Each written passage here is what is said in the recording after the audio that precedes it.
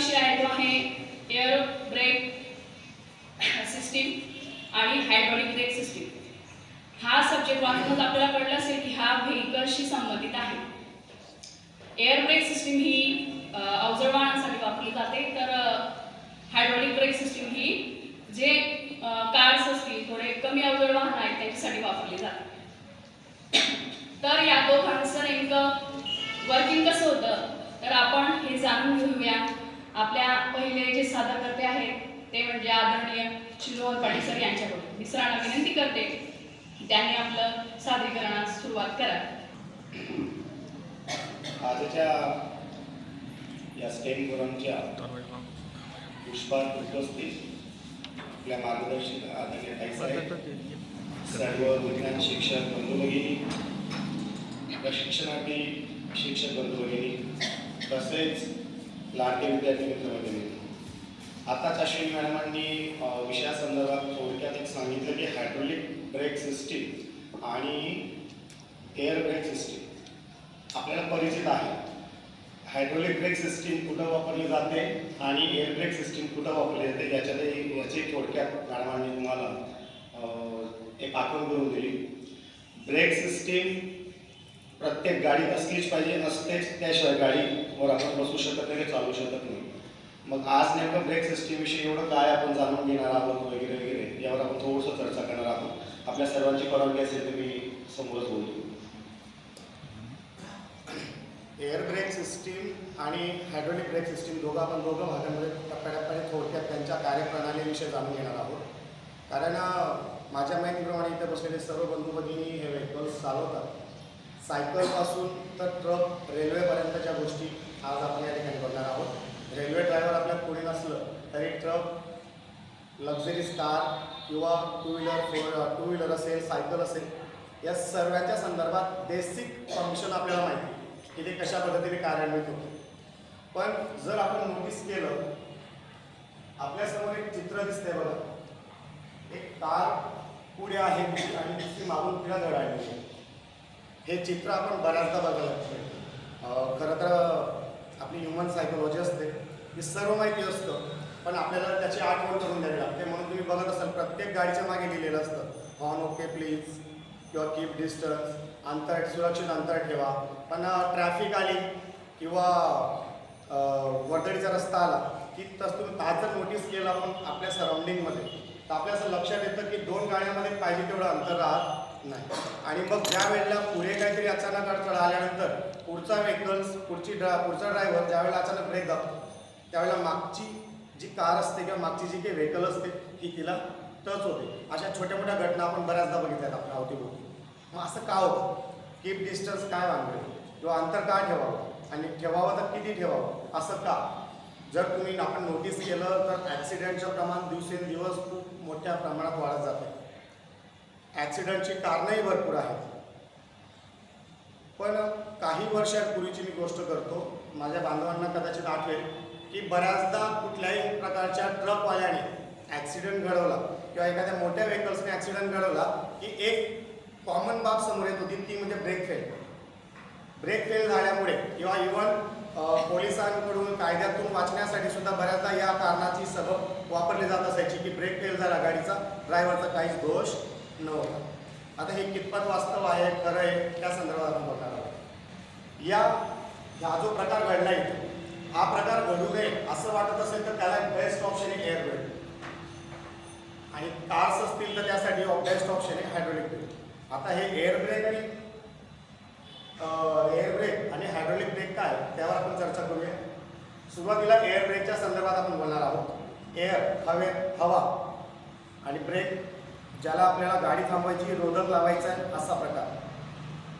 ही जी काही सिस्टीम आहे ही पूर्ण हवेच्या दाबावर नियंत्रित असणारी आणि हवेच्या दाबाचा वापर करून कार्यान्वित केली जाणारी प्रणाली आहे, आणि जी फक्त मोठमोठ्या अवजड वाहनांमध्ये वापरली जाते, जशी रेल्वे, ट्रक, टूर्स अँड ट्रॅव्हल्सच्या मोठमोठ्या कार्स किंवा आपण मोठमोठे ट्रेलर पाहतो. आपल्या रस्त्याने जाताना आपण बघत असतो 60, 64, 72 एवढ्या व्हील्स असलेले मोठमोठे ट्रॉले कंपनीजमध्ये मोठमोठे इक्विपमेंट घेऊन जाताना आपल्याला दिसतात. आणि एवढे मोठे जे काही ट्रॉले असतात किंवा गाड्या असतात यांना तात्काळ थांबवणं आपल्याला वाटतं तेवढं सोपं नसतं. मध्यंतरी ट्रक ड्रायव्हरांविषयी एक अशी चर्चासुद्धा होती समाजामध्ये की असं मानलं जात होतं की ट्रक ड्रायव्हर म्हणजे दयामया नसलेले, हे रस्त्याने कोणालाही सहज उडवून चालले जातात. ट्रक ड्रायव्हरला रस्त्यावर कोणी दिसत नाही, ट्रक ड्रायव्हर ब्रेक लावत नाही, असे बरेच आपल्या कानावरती आतापर्यंतच्या बातम्या होत्या. पण गेल्या काही वर्षांपूर्वी जर आपण गेलो तर आता हे प्रमाण ट्रकमुळे ॲक्सिडेंट झाला किंवा ब्रेक फेलमुळे ॲक्सिडेंट झाला हे कारण जर आपण अंडरलाईन केलं तर जवळपास 95% हे प्रमाण कमी होऊन गेलं आहे. आणि ते कमी करण्यामागे जर कुणाचं योगदान असेल तर या एअर ब्रेक सिस्टीमचं. आता ही एअर ब्रेक सिस्टीमच एवढी प्रभावी का ठरते? इतर ब्रेक सिस्टीम पण होत्या. आपण आता ब्रेकचे प्रकार पण बघणार आहोत की वेगवेगळ्या प्रकारचे ब्रेक आपल्याला याच्या आधी होते. सायन्समध्ये आपण छोटे छोटे कंटेंट शिकताना बरेच फिजिक्सचे आणि आपल्या सराउंडिंग होणाऱ्या ज्या काही घटना आहेत यांच्या मागे असलेल्या सायन्सच्या बाबतीत आपण जाणत असतो. एक कॉमन गोष्ट अशी आहे, आपण लहानपणी एक गाणं ऐकलेलं होतं, झुकू झुकू आली ना गाडी गोराच्या रेषा हवेत गाडी, पडती झाडी पाहूया मामाच्या गावाला जाऊ. त्या लहानपणी छान वाटायचं की आपण गाडीत बसलो आणि सर्व झाडं काय करतायत, पडत जातात. आणि मग मोठं झाल्यावर कुठेतरी आपल्याला वर्गात शिकवलं गेलं की बाबा झाडं तिथंच असतात, आपल्या शरीराला सुद्धा त्या वाहनाची गती प्राप्त झालेली असते, आपणही त्या स्पीडमध्ये असतो, आपण पुढे जातो, तो बदल होतो. असं टप्प्याटप्प्याने सायन्स शिकत गेलो, कळत गेलो. एखाद्या वेळेस आपण उभे असतो गाडीमध्ये आणि अचानक गाडीचा ब्रेक दाबला की आपण पुढे जाऊन फेकले जातो, कारण आपल्याला ती गती प्राप्त झालेली असते. आता एवढी गती जर अचानक थांबवली किंवा तुम्ही धावताय आणि धावताना तुम्हाला जागेवरच उभं राहायचं अचानक, तर आपला झोन पुढे जातो. त्यामुळे मोठमोठे ट्रक्स असतील, ट्रेन असतील, ट्रॉले असतील, ट्रेलर असतील, जे काही मोठमोठे अवजड वाहनं आहेत यांचा प्रॉब्लेम मुळात हाच होता की ब्रेक जागेवर जर ब्रेक दाबला तर गाडी एकदम पलटण्याची शक्यता किंवा मागून येणाऱ्या गाड्यांवर किंवा मागून येणाऱ्या गाड्यांना ठोकण्याची शक्यता, म्हणजे एक जीव वाचवण्यासाठी बऱ्याच जीवांवर घात करणं असा तो एकंदरीत प्रकार. जसं आता रेल्वेच्या बाबतीत म्हणतात की रेल्वेला ब्रेक लागत नाही किंवा रेल्वेवर ॲक्सिडेंट झाला तर त्या ड्रायव्हरवर क्लेम होत नाही. बऱ्याच ठिकाणी रेल्वे रुळावरनं घसरण्याच्या ज्या प्रक्रिया आहेत या पण इमर्जन्सी ब्रेकमुळे पण होतात. मग हे सर्व बाब लक्षात घेता ते गरज ही शोधाची जननी असं जर आपण म्हटलं तर ती बाब लक्षात घेता 1860 मध्ये जॉर्ज वेस्टिंगहाऊस या व्यक्तीने एक छान शोध लावला एअर ब्रेक सिस्टीमचा 1860 मध्ये. तोपर्यंत जॉर्ज वेस्टिंगहाऊस ही व्यक्ती जगाला परिचयाची नव्हती. 1860ला एअर ब्रेक सिस्टीम प्रायोगिक तत्वावर त्यांनी सुरू केली, आणली, पण ॲक्च्युअल त्याचं पेटंट त्यांना 1869 मध्ये मिळालं. आणि याच जॉर्ज वेस्टिंगहाऊस यांनी पुढे जाऊन 1886ला एक वेस्टिंगहाऊस नावाची कंपनी इस्टॅब्लिश केली अमेरिकेमध्ये.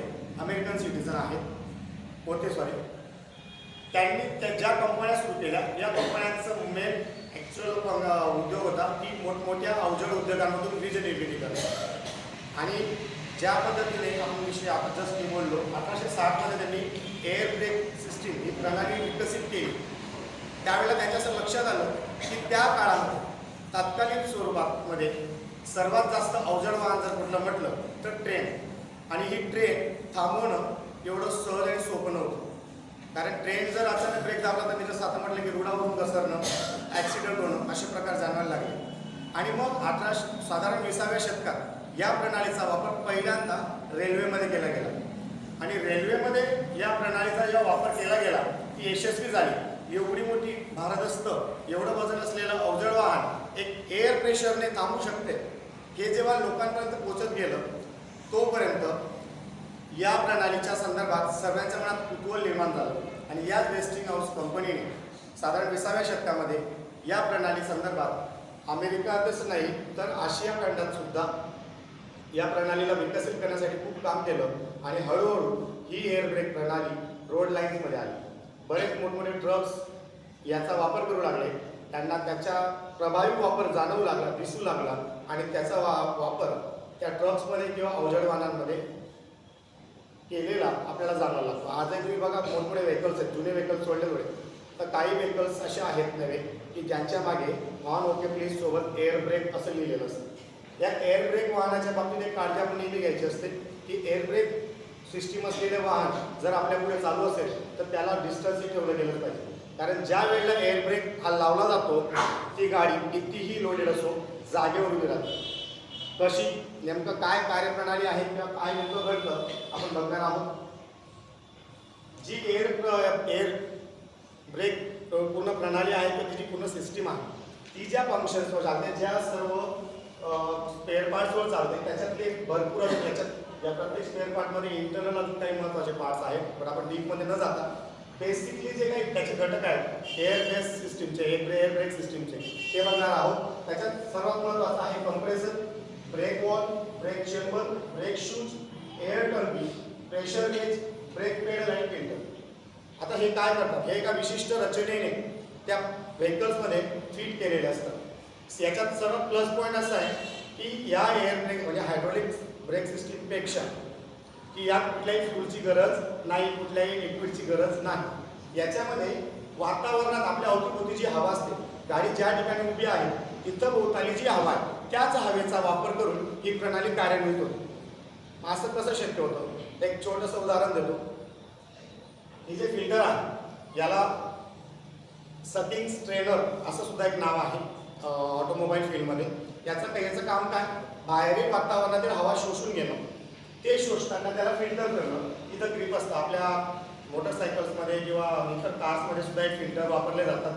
तर त्याचं काम काय, वातावरणातील जी हवा शोषली जाते आतमध्ये ती हवा शोषल्यानंतर तिला फिल्टर करणं, तिच्यातले डस्ट पार्टिकल्स अडवणं, तिच्यातले मॉइश्चरायझेशन जे आहे त्याच्यात जे हवेतलं जे मॉइश्चर आहे ते अडवणं, जे स्टिकी सबस्टेन्स आहेत ते अडवणं आणि शुद्ध हवा, गाळलेली हवा पुढे पास करणं. ती हवा पुढे पास केल्यानंतर ती पोचते कंप्रेसरपर्यंत. एअर ड्रायर आणि एक पार्ट त्याच्यामध्ये असतो. तो एअर ड्रायर त्या हवेला कोरडी करतो. त्याच्यात अजून जर काही ह्युमिडिटी वगैरे शिल्लक असेल तर ती तिथं थांबवतो आणि त्याला पुढे पाठवतो कंप्रेसरमध्ये. आता कंप्रेसर काय करतो, हा कंप्रेसर त्या ठिकाणी एक एअर टाकी बसवलेली असते विशिष्ट क्षमतेची. गाडीवर लोड किती आहे, गाडीची क्षमता किती आहे त्या अनुषंगाने त्या टाकीचं PSI ठरत असतं. PSI means pound per square inch असं त्याला ते कॅल्क्युलेट केलं जातं कॉम्प्रेस एअरला. मग त्या टंकीमध्ये टंकीचा अगोदर हा कॉम्प्रेसर काय करतो, एअरला कॉम्प्रेस करत जातो. त्याच्यात जेवढी हवा भरता येईल त्याच्या क्षमतेनुसार तेवढी भरत जातो. पण आता शेवटी कॉम्प्रेसरचं काम काय, फक्त वातावरणातून आलेली हवा कॉम्प्रेस करणं आणि त्या टँकीमध्ये फिल करणं. पण त्या टँकीमध्ये फिल करताना टँकी भरली, टँकीची क्षमता संपली हे कॉम्प्रेसरला कळत नाही. मग त्या ठिकाणी आपण एक एअर गेज बसवलेला असतो. हा एअर गेज काय करतो, सेट केलेला असतो. एअर गेजला माहिती टाकीची क्षमता किती आहे, तेवढी एअर गेजची क्षमता, एअर गेजने तेवढी क्षमता दाखवली की तो पुढे जाणारी हवा थांबवून कंप्रेसरला सांगतो की आता खूप हवा खूप झाली आणि तिथून आत येणारी हवेचा प्रवाह थांबतो. आता त्या टंकीमध्ये कॉम्प्रेस केलेली जी एअर आहे ती स्टोअर केलेली असते. ती स्टोअर केलेली एअर पुढे जाऊन एका वॉलला कनेक्ट असते. मागची स्लाइड, हे जे वॉल तुम्हाला दिसत आहे या वॉलला ती कनेक्ट केलेली असते. आता या वॉलला तुम्ही जर बघत असाल, वॉलचं काम काय, आलेली एअर कॉम्प्रेस एअर पास करणं. पण इथं जर आपण बघितलं तर वेगवेगळ्या प्रकारचे होल्स दिसत आहेत. इथं एक सिस्टीम अशी असते या वॉल्समध्ये, याच्या आत काही स्प्रिंग ॲक्टिव्ह असतात, काही फ्लिप असतात. त्याचं काम असं आहे की ज्या वेळेला मी शेवटच्या टप्प्यावर आपण येऊ, ज्या वेळेला ब्रेक पेडल दाबला जाईल, ज्या वेळेला ब्रेक पेडल दाबला जातो त्यावेळेला हे वॉल ॲक्टिव्ह होतात आणि ज्या पद्धतीची कमांड गेली, आता कमांड ती म्हणून असं ब्रेक पेडल तर एकच कमांड आहे. मग वॉलला कसं कळलं कमांड कोणती आहे. आपल्या गाड्यांमध्ये ब्रेक सिस्टीमचे दोन प्रकार असतात. एक आपण पायाने दाबतो तो ब्रेक पेडल आणि एक हँड ब्रेक असतो. हँड ब्रेकने सुद्धा आपण बऱ्याचदा गाडीला जागेवर स्टेबल ठेवतो. त्याच्यात सुद्धा या एअर ब्रेकचा खूप फायदा होतो, या एअर ब्रेक सिस्टीमचा फायदा होतो. मग हे काय करते, तिथून हे व्हावं त्याच वेळेला ज्या वेळेला सर्व प्रणाली आता कार्यान्वित झालेली आहे त्याच वेळेला सेम प्रेशरमध्ये सर्व बाजूला ही हवा सोडते. जर आपण आताच्या व्हेकल्सला व्यवस्थित खालून ऑब्झर्व केलं असेल तर प्रत्येक व्हेकल्सपर्यंत एक पाईप सारखा भाग गेलेला दिसतो, जो एअर प्रेशर ब्रेक सिस्टीमचा भाग आहे. पूर्वी तसं नव्हतं. पूर्वी फक्त मागच्या चाकांना ब्रेक आपल्याला आढळतो, ते पुढच्या चाकांना नव्हतं. जसं सायकलला आहे, सायकलला पुढचा ब्रेक असतो पण आपण लावतो का, नाही लावत. इमर्जन्सी शिवाय लावत नाही. लावलं तर काय होतं, पडण्याची शक्यता असते. आपण काय करतो, मागच्या चाकाला हे लावतो, ब्रेक लावतो. तो ब्रेक जर तुम्ही इमर्जन्सी लावला तर ज्या वेळेला ते चाक रनिंगमध्ये असतं त्याच वेळेला पुढचं चाकही त्याच स्पीडमध्ये रनिंग असतं. तुम्ही मागचं चाक थांबवलं, पुढचं थांबवलं नाही.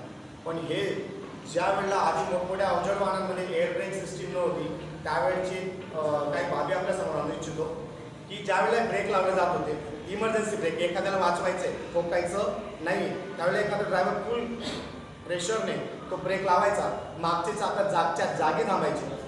पण पुढच्या चाकांना आलेला वेग तो जागच्या जागी थांबत नव्हता, तो काही अंशी पुढे जात होता. त्यामुळे त्या प्रेशरमुळे मागची चाकं घासली जात होती. म्हणून बघा रोड्सवर बऱ्याचदा आपल्याला टायर घासल्याचे निशाण दिसत होते. त्यामुळे टायरची जी काही कार्यक्षमता आहे ती पण कमी होत जात होती. या ब्रेक प्रणालीमुळे हे सर्व प्रकार आता जवळपास थांबल्याचे आपल्याला दिसते. या वॉलकडनं ज्या ब्रेक उघडतो हवेचा दाब चेंबरमध्ये जातो तेव्हा हा चेंबर हवेचा दाबाचा वापर करून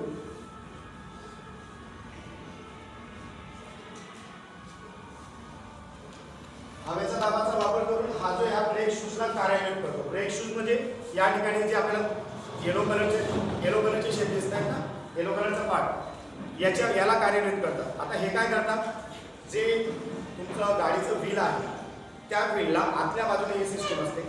रोटेडमध्ये असलेल्या व्हीलला हे अगदी पॅक बसतात आणि पॅक बसल्यामुळे सुरू असलेल्या व्हील्सला त्या गतीला अचानक काय होतो, ब्रेक लागतो, स्टॉप होतात, ते जागेवर उभे राहतात. आणि ही कार्यप्रणाली इतकी विकसित आहे की एकाच वेळेला गाडीला 4 असतील, 8 असतील, 12 असतील, 32 जेवढे ट्रेलर जेवढा मोठा असेल जेवढे चाक आहेत सर्वांना ही सिस्टीम कनेक्ट करता येते. ती ॲट ए टाईम एकाच वेळेला तिथपर्यंत पोहोचते. एकाच वेळेला सर्व चाकांना ब्रेक लागतो आणि एकाच वेळेला सर्व चाकं जागेवर थांबतात. म्हणून आता जर आपण नवीन गाड्यांचं आपण नोटीस केलं असेल तर गाडी चालवताना ज्या वेळेला आपण ब्रेक लावला जातो तर गाडी मूव नाही होत, जागेवर उभी राहून जाते. आता टायर घासण्याचा जो प्रकार आपण पूर्वी बघत होतो तो प्रकार दिसत नाही.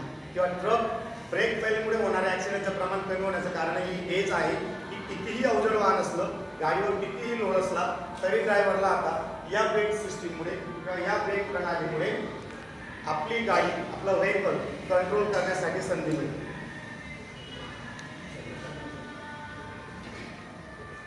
जसं काय पूर्ण कार्यप्रणालीविषयी आपल्याला माहिती दिली, या डायग्राममध्ये आपण बघू शकतो की कसं कॉम्प्रेसरकडनं एअर ड्रायरकडे ती एअर पास होते. त्यानंतर ब्रेक चेंबरमध्ये ती आलेली असते. आता ब्रेक चेंबर आणि पॅडल, हँड ब्रेक असेल किंवा पॅडल असेल यांनाही नियंत्रित असतात या पाईप्सने. आणि ज्या वेळेला पॅडल दाबले जातात सेम पोर्शनमध्ये ती हवा फ्लो करून सर्व प्रकारच्या चाकांना या पॅडल्सला जागेवर ब्रेक शूजला ॲक्टिव्ह करते आणि त्या चाकाला होल्ड करून ठेवते, सोडत नाही. बरोबर. आपली गाडी जशी आपण स्टार्ट केल्याबरोबर बऱ्याचदा गाडी स्टार्ट होऊन जाते, हँड ब्रेक आपला ॲक्टिव्ह असतो आणि आपण स्पीड देण्याचा प्रयत्न करतो. त्यावेळेला ती गाडी जागेवर जंप केल्यासारखं जाणवतं, पुढे जात नाही जनरली. त्याला कारण आहे की हे जे पेडल्स आहेत यांनी त्या चाकांना धरून ठेवले, ते एकाएकी पुढे जाऊ देत नाही. गाडीला थोडा पुशअप भेटतो पण एकाएकी पुढे जाऊ देत नाही. जसं तुम्ही स्विच ऑन करतात गाडीचा तसं गाडीच्या इंजिनमधून निर्माण होणाऱ्या ऊर्जेवरती हे ब्रेक चेंबर ॲक्टिव्ह होऊन जातं. एअर त्याच वेळेला त्याच्यात इन्स्टॉल होऊन जाते, एअर त्याच वेळेला ड्राईव्ह होऊन जाते आणि एअर कॉम्प्रेससुद्धा त्याच पोर्शनमध्ये होऊन जाते. म्हणजे गाडी सुरू केल्यानंतर विशिष्ट वेळेनंतरच ब्रेक लावता येईल असा काही प्रकार नाही. एअर ब्रेक सिस्टीम एवढी विकसित आहे की तुम्ही स्विच ऑन केल्याबरोबर हवा कॉम्प्रेस व्हायला स्टार्ट होऊन जाते त्याच्या क्षमतेनुसार. याचा अजून एक वापर असा अलीकडे आपल्याला बघायला भेटतो जे टूर्स अँड ट्रॅव्हल्स आहेत त्याच्यामध्ये ह्या एअर प्रेशरचा वापर एअर सस्पेन्शनसाठी सुद्धा करताना दिसून येतो.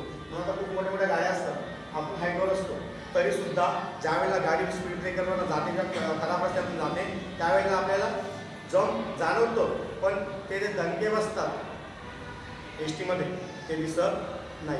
कारण आजही बऱ्याच व्हेकल्स ज्या जुन्या काळापासून आपल्याकडे चालत आले आहेत त्यांना अजूनही एअर ब्रेक सिस्टीम ॲक्टिवेट नाही.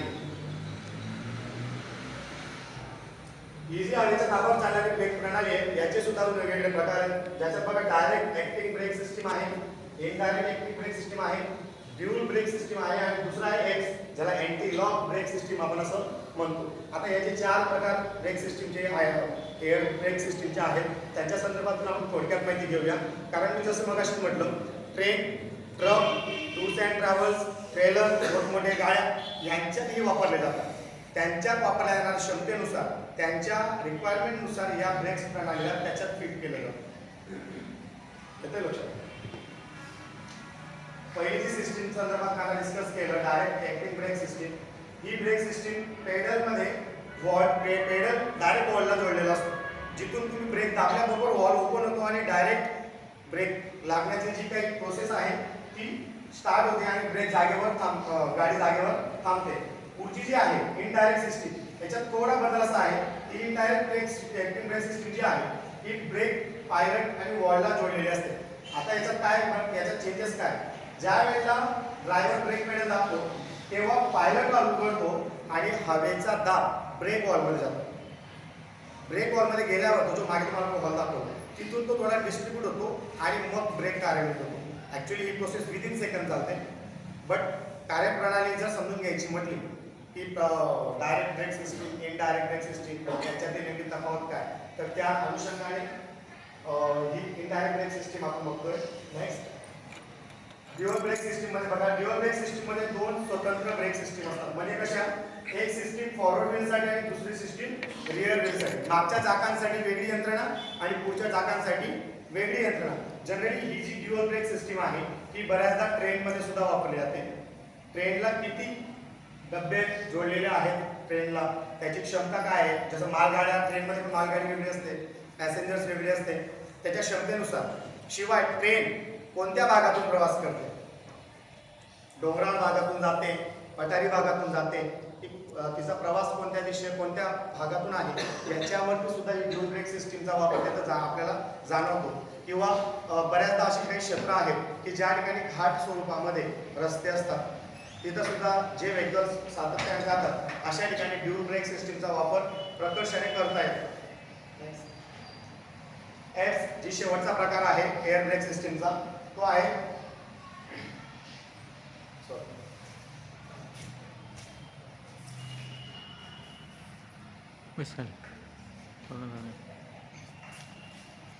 एफ जी आहे अँटी लॉक ब्रेक सिस्टीम. या ब्रेक सिस्टीम मध्ये एसी म्हणून एक युनिट असतं, ज्याला आपण इलेक्ट्रॉनिक कंट्रोल युनिट असं म्हणतो.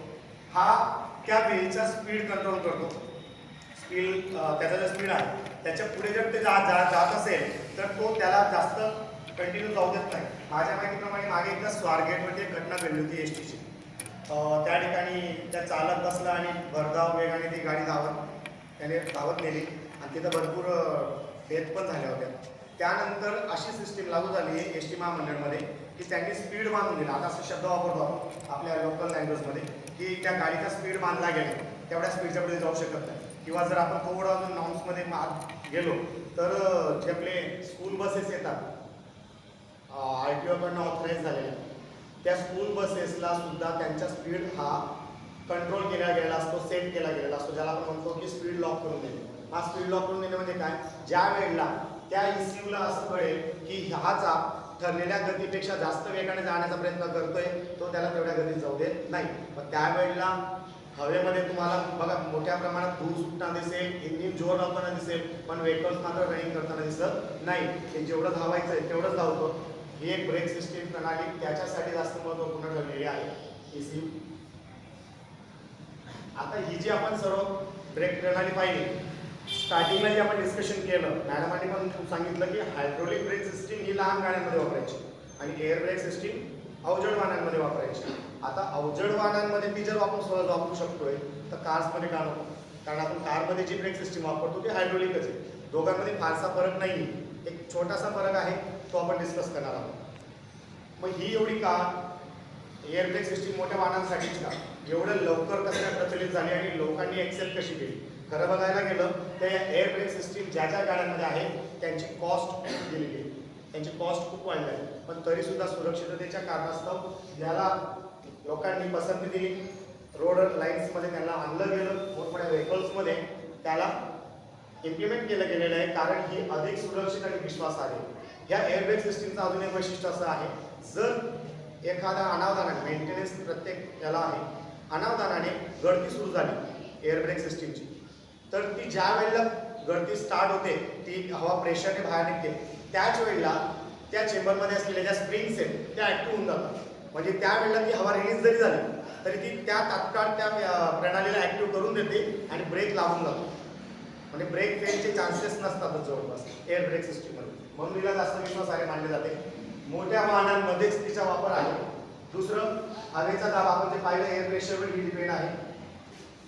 ब्रेक सिस्टीमची कार्यक्षमता वाढवते. जसं आपला विषय झाला की कुठल्याही प्रकारे कार टायर्स घासू देत नाही, इमर्जन्सीमध्ये जागेवर व्हेकलला उभी करते, त्याच्यामुळे हिची कार्यक्षमता इतकी स्ट्रॉंग आहे. आणि लोड किती वाढला, बऱ्याचदा ट्रक असली तर आपण पाहतो ॲक्च्युअल की ठरलेल्या लोडपेक्षा बरेच ट्रक चालक या गाड्यांवर अतिरिक्त लोड त्याच्यावर भरतात, ज्याच्यामुळे आता रस्त्याची दुरावस्था झाली आहे. पण शेवटी कोणाकोणावरती किती नजर ठेवा हा एक प्रश्न आहे. पण ही एअर ब्रेक सिस्टीम या सर्वांवर मात करते की किमान ॲक्सिडंट, ब्रेक फेलमुळे होणाऱ्या ॲक्सिडेंटला विश्वासार्ह करते, होऊ देत नाही. आणि लोड वाढला गाडीवर तरीसुद्धा स्पीड जास्त नाही घेणार, पण थांबायची वेळ आली तर मात्र जागेवरती त्या गाडीला थांबवते. असे बरेच चांगले फायदे या एअर ब्रेक सिस्टीमचे आहेत.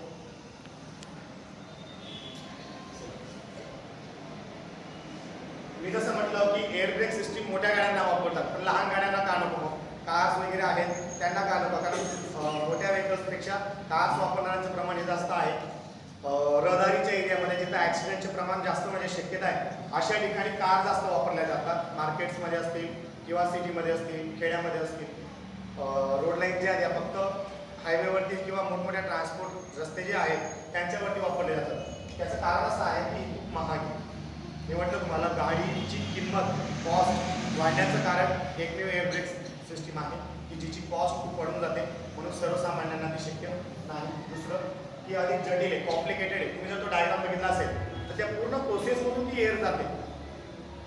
आणि या पूर्ण एक प्रोसेसमध्ये जर आपण मेंटेनन्सवर लक्ष नाही दिलं आणि कुठेही काही प्रॉब्लेम आला तर या एअर ब्रेक सिस्टीमला एवढं कॉम्प्लिकेशन असतात की तुम्हाला प्रॉपर हँडलर करणं ते कम्प्लीट करता येऊ शकतं किंवा त्याच्यावर लक्ष द्यावं. आणि जरी लिकेज झाल्यावर सुद्धा ती एअर ब्रेक सिस्टीम कार्यप्रणाली तुमची ॲक्टिव्ह होत असेल तरी परत पुढच्या वेळेस काय, एकदा तर एअर लीक झाली, आता नवीन एअर कॉम्प्रेस होण्यासाठी अडचण निर्माण होऊ शकते. असे थोडे कॉम्प्लिकेशन त्या एअर ब्रेक सिस्टीममध्ये काही प्रमाणात आहे जे इग्नोर करण्यासारखे पण आहे. एवढ्या मोठ्या प्रमाणात कॉम्प्लिकेशन आजच्या टेक्नॉलॉजीच्या किंवा डेव्हलप वर्ल्ड आपण ज्याला म्हणतो त्याच्यात ते राहिलेले नाही.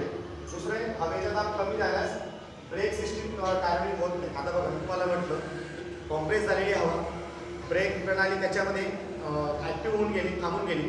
तुम्ही ज्यावेळेला नंतर वाहन कंटिन्यू करतात, आता नवीन एअर त्याच्यात कॉम्प्रेस झालेली नाही. आणि जर एअर कॉम्प्रेस एअर नसेल, फक्त एअरच तुम्ही कॉम्प्रेस एअर जर त्याच्यात नसेल, कारण कॉम्प्रेस एअर काय करणार आहे, तुम्हाला फुल प्रेशरने बाहेर निघणार आहे, तो दाब क्रिएट करणार आहे. तो जर नसेल तर ही प्रणाली कार्यान्वित होत नाही.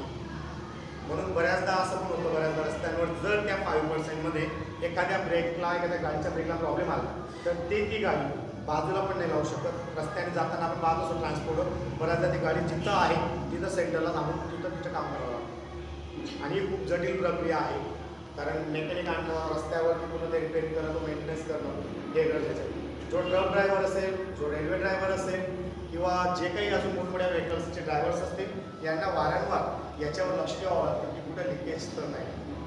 लिकेज असला की ही कार्यप्रणाली तिथं थोडीशी खंडित होते की हो, सहसा जास्त मेंटेनन्स जर लक्ष दिला तर काही अडचण येत नाही. पण मेंटेनन्स वेळेवर नसेल तर तुमचं जे सबिंग स्ट्रेनर आहे ते प्रॉपर काम करणार नाही.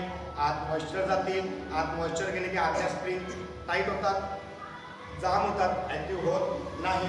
असे एका प्रणालीमुळे दुसऱ्यामुळे तिसरी कार्यप्रणाली याची सर्व बिघडत जाते. म्हणून हिला फक्त मोठ्या वाहनांमध्ये वापरले जाते. आता प्रश्न निर्माण होतो, can we use this system in small vehicle? So our answer is no. लहान गाड्यामध्ये याचा वापर करू शकत नाही. त्याचं सर्वात पहिलं कारण तेच की अधिक जटिल आणि अधिक खर्चिक आहे. ज्यावेळेला आपण कार्स घेतो, जर ही सिस्टीम त्याच्यात लागू करायचं म्हटलं तर कॉस्ट खूप वाढून जाते. म्हणजे व्हेकल्सचं सेलिंग जे मालक आहेत किंवा जे काही प्रोडक्शन करणारे आहेत त्यांच्यासाठी ते वावगं ठरत नाही. दुसरं, कॉम्प्लेक्स असल्यामुळे तिला जागा भरपूर द्यावी लागते. एअर ब्रेक सिस्टीम जी आहे तिची जी संरचना केलेली गेलेली आहे ही एका कॉम्प्लिकेटेड जागेत नाही होऊ शकत. तिला तेवढी जागा, तेवढा स्पेस हवा असतो जो लहान कार्समध्ये नसतो.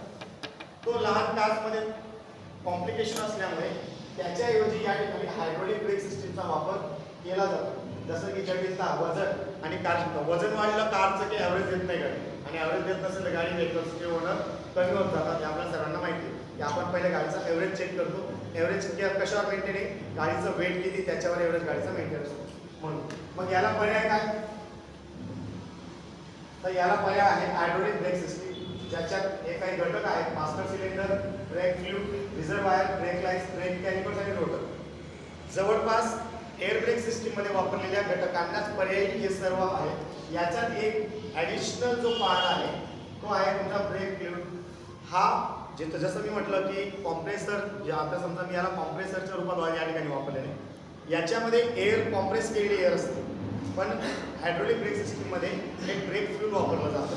ज्या पूर्ण सिस्टीममध्ये ते ब्रेक फ्यूल असतं, ते ब्रेक फ्यूल दाब निर्माण करतं आणि एअर ब्रेक हायड्रोलिक ब्रेक कार्यान्वित होतात. हा दोघांमधला बेसिक डिफरंट आहे. बघा, जेव्हा ब्रेक पॅडल दाबले जाते तेव्हा मास्टर सिलेंडर काय करते? त्या ब्रेक फ्यूलमुळे त्या पिस्टन्सला प्रेशर करते, दाब देते, आणि ते जर दाब दिले की ते कॅपिटल्समध्ये जातात आणि कॅपिटलर्स त्या ब्रेक शूजला ॲक्टिव्ह करतात, अडवून धरतात आणि त्या ठिकाणी थांबवतात. तिचे बेसिक गुण आहेत: अधिक प्रभावी, जे आपण आता कार्समध्ये वापरतोय आजच्या तारखेला. ब्रेक फेल होण्याची शक्यता अत्यंत कमी आहे आणि कॉम्पॅक्ट डिझाईन आहे. तुम्ही विशिष्ट जागेमध्ये त्याला डिझाईन करू शकता, बसवू शकता.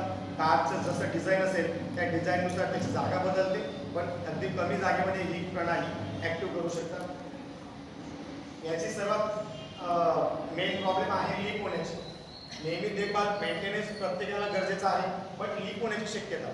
जर ते फ्लुइड ऑइल लीक झालं तर ब्रेक कार्यान्वित होत नाही, आणि मग तोच प्रश्न की जर गाडीचा ब्रेक कार्यान्वित होत असेल, ब्रेक फेल होत असेल, तर आपण गाडी ड्राईव्ह करू शकत नाही, किंवा त्याच्याने ॲक्सिडेंट व्हायचे चान्सेस जास्त असतात. शेवटी काय, जर या दोघं प्रणालींच्या बाबतीत आपण विचार केला तर मोठे गाड्या असतील, लोडेड गाड्या असतील तर air brake system is the best option, आणि छोट्या गाड्या असतील तर त्यांच्यासाठी hydraulic brake system is the best option today. आता ज्या ब्रेक सिस्टीम संदर्भात मी चर्चा केली, माझ्या लेवलला मी काही पार्ट्स त्याच्यात दाखवण्याचे प्रयत्न केलेत, कारण जसं मी म्हटलं की कॉम्प्रेसर असतील, एअर फिल्टर असेल, असे काही पार्ट्स लहान स्वरूपामध्ये अवेलेबल होणं पॉसिबल नव्हतं, पण त्याच्यातले जे फंक्शन आपल्याला सोप्या पद्धतीने दाखवता येतील तो दाखवण्याचा मी या मॉडेलमध्ये प्रयत्न केलेला आहे. प्रायोगिक तत्वावरती एक व्हील या ठिकाणी गाडीचं चाक दाखवलेलं आहे. हे चाक ज्या वेळेला ॲक्टिव्ह असतं त्याच्या आतमध्ये हे ब्रेक शूज रेडी असतात. ज्या वेळेला या ब्रेक शूजवरती एअर प्रेशर ॲक्टिव्ह होतो, एअर प्रेशर क्रिएट केला जातो, किंवा फ्लुइड ऑइल हायड्रोलिक ब्रेकच्या संदर्भात जर विचार केला आणि फ्लुइड ऑइल जर त्याच्यावर ॲक्टिव्ह झालं, तो दाब त्याच्यावर निर्माण झाला, तर हे रनिंगमध्ये असलेलं चाक काही क्षणात थांबतं. त्याचा एक छोटासा एक्सपेरिमेंट आपण आधी बघणार आहोत. व्हील ज्या वेळेला ॲक्टिव्ह असतं त्यावेळेला हे पार्ट्स त्याच्या विशिष्ट अंतरावर जवळ असतात. या दोघांमध्ये कोणत्याही प्रकारचं फ्रिक्शन नसतं, फक्त ते या प्रेशर वायरने किंवा प्रेशर ट्यूब जी या ठिकाणी बसवलेली असते, चेंबरकडून येणारा दाब तो ऑइल फ्लुइडचा असेल किंवा एअर प्रेशरचा असेल, तो कार्यान्वित झाल्यानंतर या ठिकाणी आतमध्ये ब्रेक शू आहे, ज्याचा मी त्यासाठी सिरीजचा वापर केला आहे, आणि त्याला दोघं बाजूला सेम प्रेशर क्रिएट झाल्यावर हे जे ब्रेक पॅडल्स आहे, ब्रेक शूज आहेत, हे ॲक्टिव्ह होतात, मूव्ह होतात, आणि मूव्ह झाल्यावर रनिंगमध्ये असलेल्या या चाकला थांबवतात. जागेवरती गाडीचं चाक थांबतं. जर आपण हा एअर प्रेशर रिलीज केला तर परत म्हणजे ब्रेकवरचा पॅडलवरचा पाय उचलला तर परत व्हील जैसे ते ॲक्टिव्ह होतं. एक सिंपल साध्या स्ट्रक्चरमधून आतली काय नेमकी कार्यप्रणाली चालते तो दाखवण्याचा माझा छोटासा प्रयत्न होता. आपण सर्वांनी ऐकून घेतलं. होप्स ही कार्यप्रणाली बऱ्यापैकी आपल्या लक्षात आली असेल. So thank you very much. धन्यवाद.